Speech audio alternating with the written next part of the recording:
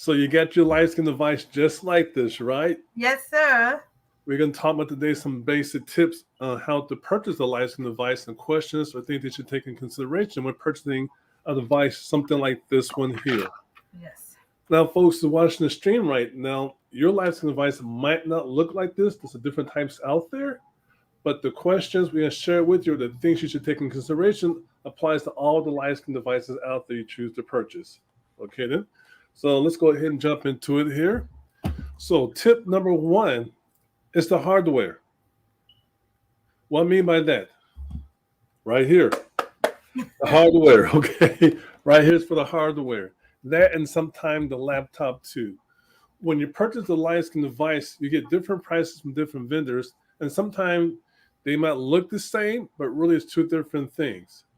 Some vendors out there offer you a package deal, but they give you a lower rate if you bring your own laptop and use your own laptop instead.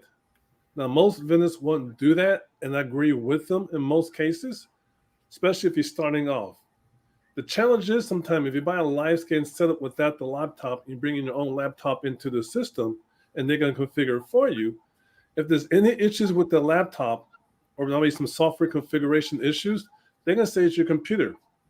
And then you're going to pay them a lot more to get the issue resolved. So it's best, especially when you're starting off, to go ahead and purchase a laptop and the live scan device from that vendor. You don't want to buy your own laptop unless it's brand new and they approve of it. But if it's something you used before, it's not a good idea to do. And most states won't let you even use your own laptop with their service, with their live scan device to begin with. It's not a good thing to do, especially if you're brand new. Opens with a whole bunch of bag of worms. Mouth getting kind of dry there, and I apologize because I forgot to bring the big J cup out. Tip them up, tip them up. Tip number two, customer support. Now, folks, I'm trying to keep this up on the 6 to 8 minutes for discussion right here, but it's good information. Customer support. Remember, there's 4 tips we can go over today, and we stay at the end of the session. I give you one more as a bonus. Customer support. Now, in most cases, when you're looking for a live scan device, you should take in consideration, is a lot of emails going back and forth, or are you actually talking to the people?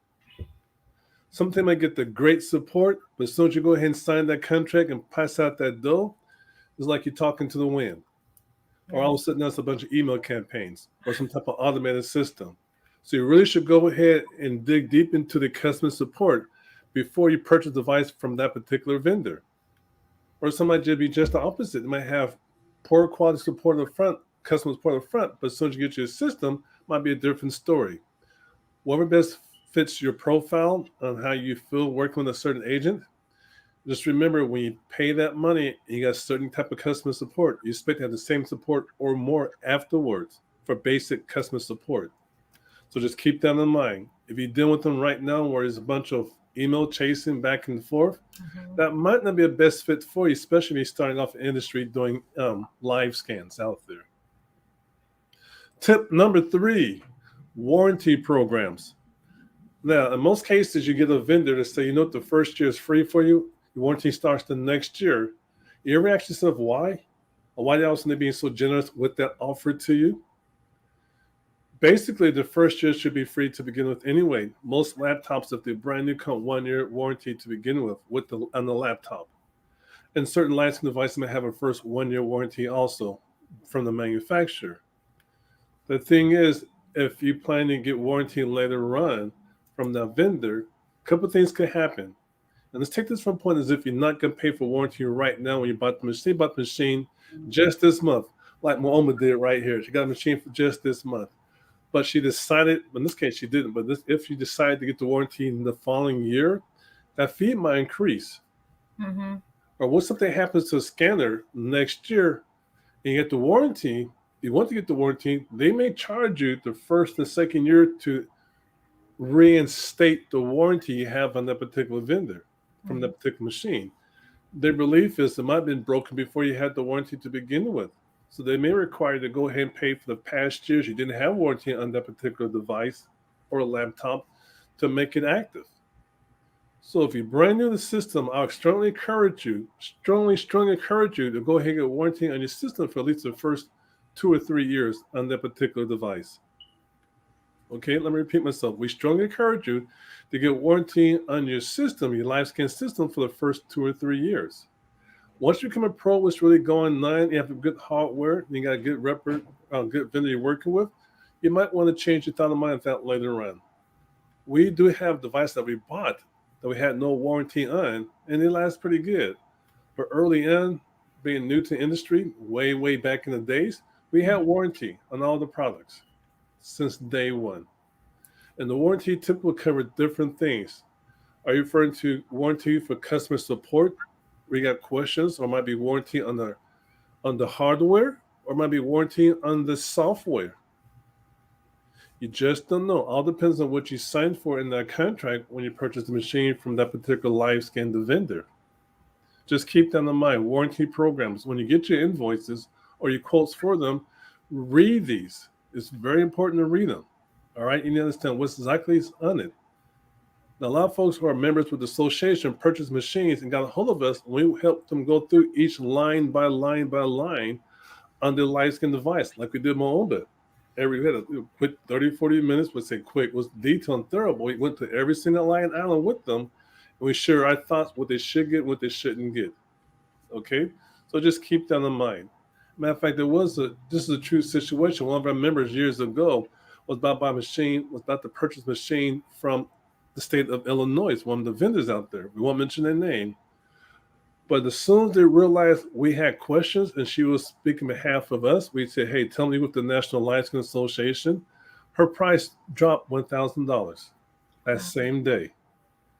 So we didn't give you a good deal. So went ahead and knocked off $1,000. Really, I think they're inflating their prices because it was way too much for the market for that particular area.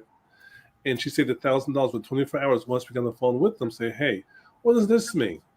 And we told them who we were. They knocked off $1,000, and she was quite happy. That covered her membership dues for quite some time. Mm-hmm. All right, then. Number 4, LiveScan operating system, aka software. When you have your LiveScan devices, you usually have software with them anyway called drivers that will talk to your laptop or your desktop, depending on what type of module that you have, to capture the fingerprints.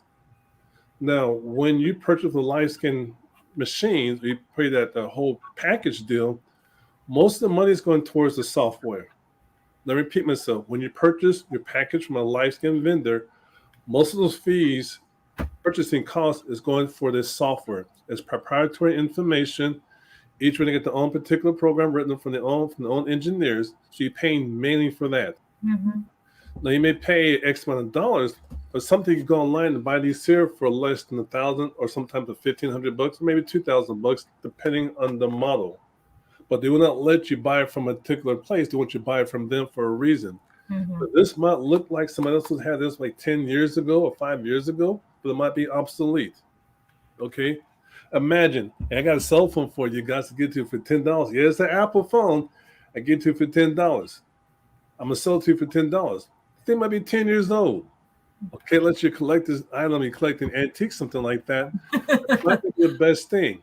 Same thing with the LiveScan devices. Just because someone wants to sell you their device or their whole setup, it might not be active for that particular state.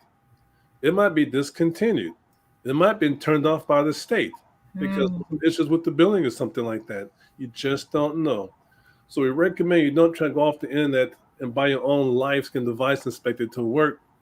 Because most vendors want you to buy it from them, lest they could go ahead and test it out to see if it's compliance with their requirements for that particular state or agency that they're representing. But for software purposes, when you purchase the device, we recommend you get warranty on the software for sure. That covers any type of technical issues you may have with the software. It should cover also any upgrades you may have, because a lot of systems would change as to the software, or the software operating system with laptops would change. Windows 8, Windows 9, Windows 10, Windows 11, all those changes or configurations will affect your software. Sure. And if you get the right warranty, they may not update your software on a regular basis because you didn't pay for that warranty. So you might want to make sure you have that warranty covered, and also ask the vendor when you purchase the stuff, what does it cover? Okay then? What does it cover? Now I talked about 4 things. I got one more to share with you folks out there. And good evening. How we doing out there, Miss Cindy? America. Yeah, she's one of my besties out there. She's always hanging around there. She keeps us in check. I like that. But number 5, and I did touch on it there, is read your contract. Make sure you read your contract before you pay it. A lot of folks are very anxious to say, hey, I'm doing live scans. But once they get that machine, they're not really getting what they thought they're going to get, or they end up getting something they don't need at this point. So read your contract, thoroughly understand it, especially when it comes down to the particular phrase right here. Write this down. Transmission fees. Very important. Maoumba's at the writing everything down. She's always writing things down. What I mean by transmission fees, when you hit submit, somebody's going to collect some money from you. Yes, I saw that on the book. If you're from Florida, you hit submit. The government wants their money. They're going to hit your credit card as soon as the background check is about to be processed or complete through FDLE, Florida Department of Law Enforcement. But there's also some business out there that's going to charge you an additional service fee too, because they're going to charge you a transmission fee for hitting the send button, the transmission button on your computer. They may add it to your contract and you're stuck with it.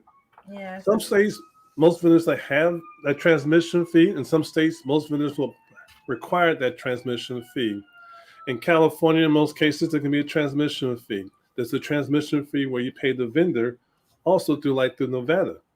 But for Florida, in most cases, there should not be a transmission fee unless it's going through the government. Now, some vendors might add it on to your contract and you're going to sign the contract. You might want to do some shopping around because each state has different profiles, how they go ahead and bill the applicant or the technician is going to do the fingerprinting. So if you can, try to avoid trying to pay extra on the service you don't need to pay for. That's not the norm for that particular state. Another thing is, another bonus for you guys here, there are some vendors out there who try to sell you a device or you might have a low price per year, but you're leasing it. And usually after the second year or so, you're paying for the whole thing, the whole package to begin with. So why would we be able to, unless it's part of your business model, because sometimes it happens like that, if you do want some type of leasing from a vendor and they offer it to you, they may charge you $2,000, $3,000 a year. But usually after the second year, pretty much you're paying for the machine anyway.